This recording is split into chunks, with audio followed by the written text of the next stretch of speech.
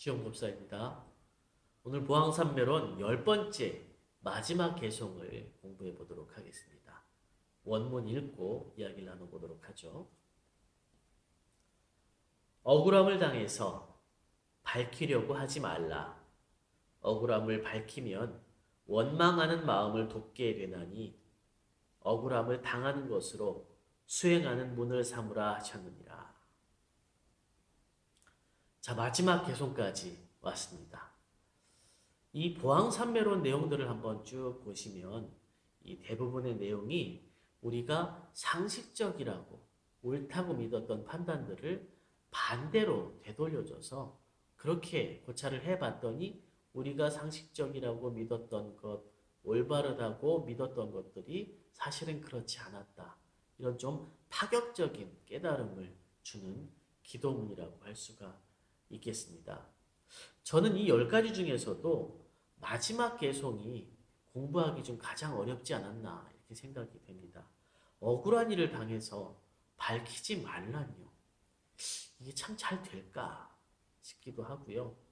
저도 연습을 많이 하고 있는 중인데 대신 이 보항산매론을 공부하고 난 다음에는 내가 마음에 좀 억울하다 하는 생각이 들 때마다 이 개송이 떠오르기는 합니다.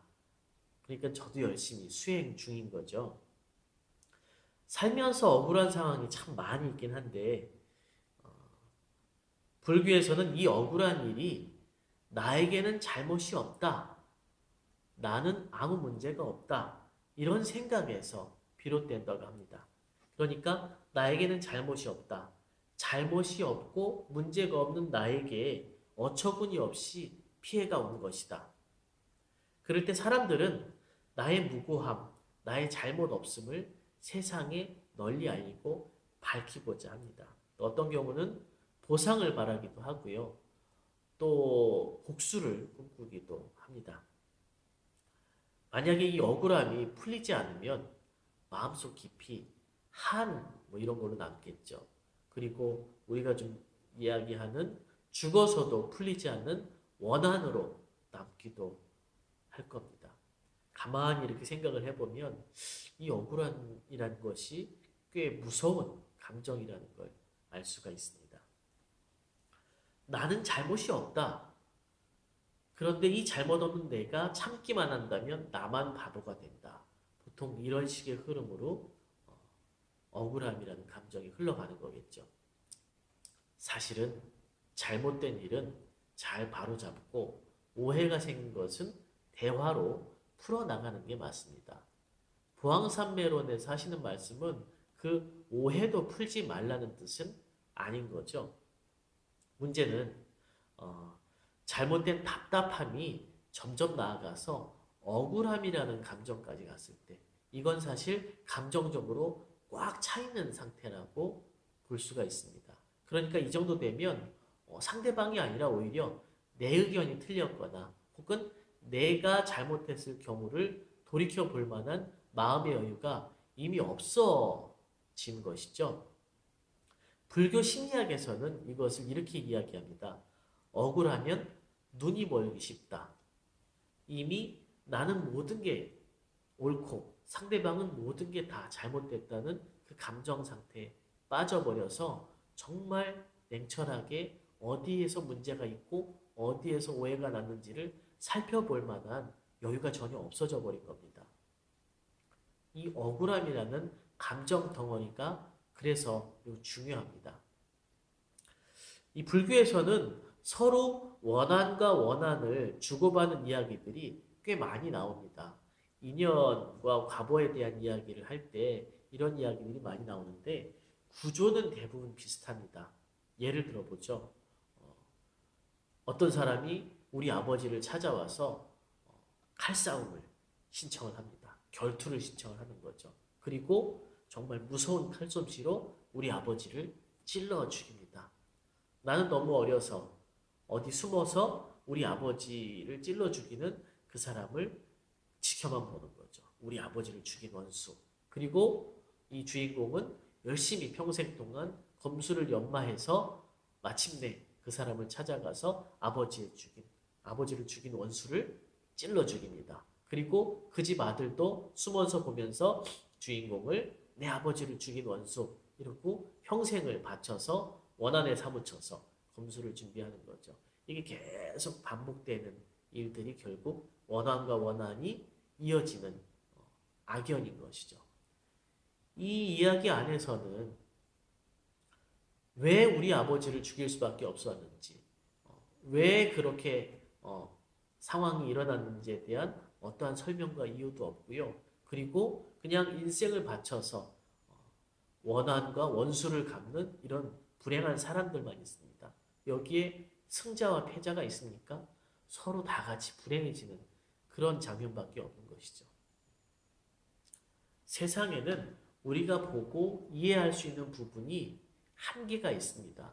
그래서 어떤 것은 우리가 모르는 과거에서 이어져 온 사연이 있는 경우도 있을 수 있고 또 전생에 있었던 일들의 과보와 결과로 오늘날 이런 결과가 우리에게 영향을 미치고 있는 경우도 있습니다. 일본 청년들이 한국 사람들은 왜 이렇게 일본을 미워하냐 이렇게 물으면 어떨까요?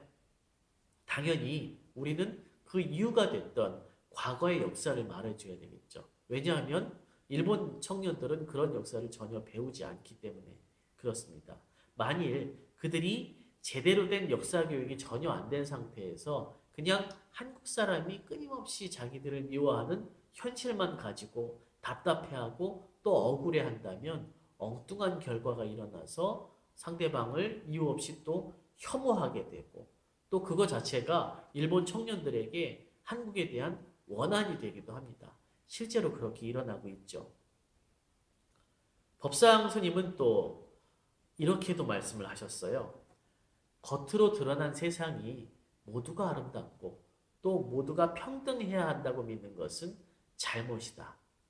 왜냐하면 그 안에는요, 우리가 모르는 오랜 세월 동안 이어져 온 또 다른 역사, 또 다른 사연들이 저마다 숨어 있을 수가 있기 때문입니다. 그래서 내가 보는 이 안에서 모든 것이 다 공평하지 않더라도 그게 무조건 잘못됐다거나 그게 무조건 문제가 있다라고 말하기 어렵다는 거죠.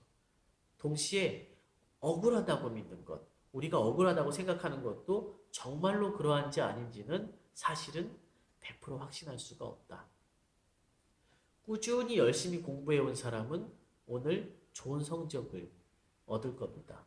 꾸준히 열심히 공부하지 않은 친구는 좋지 못한 성적을 얻는 것이 너무 당연하겠죠. 그런데 나는 어저께 시험을 앞두고 바로 전날 둘 다 열심히 공부하는 모습을 봤습니다. 저는 그 사실만 가지고 있을 때 둘 다 어저께 열심히 공부했는데 왜 이렇게 차이가 나지? 왜 이렇게 불공평하지? 이렇게 생각할 수도 있지만 나는 그 앞에 이 친구들이 어떻게 공부해 왔는지는 알 수 없는 거죠. 내가 100% 다 알 수 없는 상황이 세상에는 존재한다는 겁니다.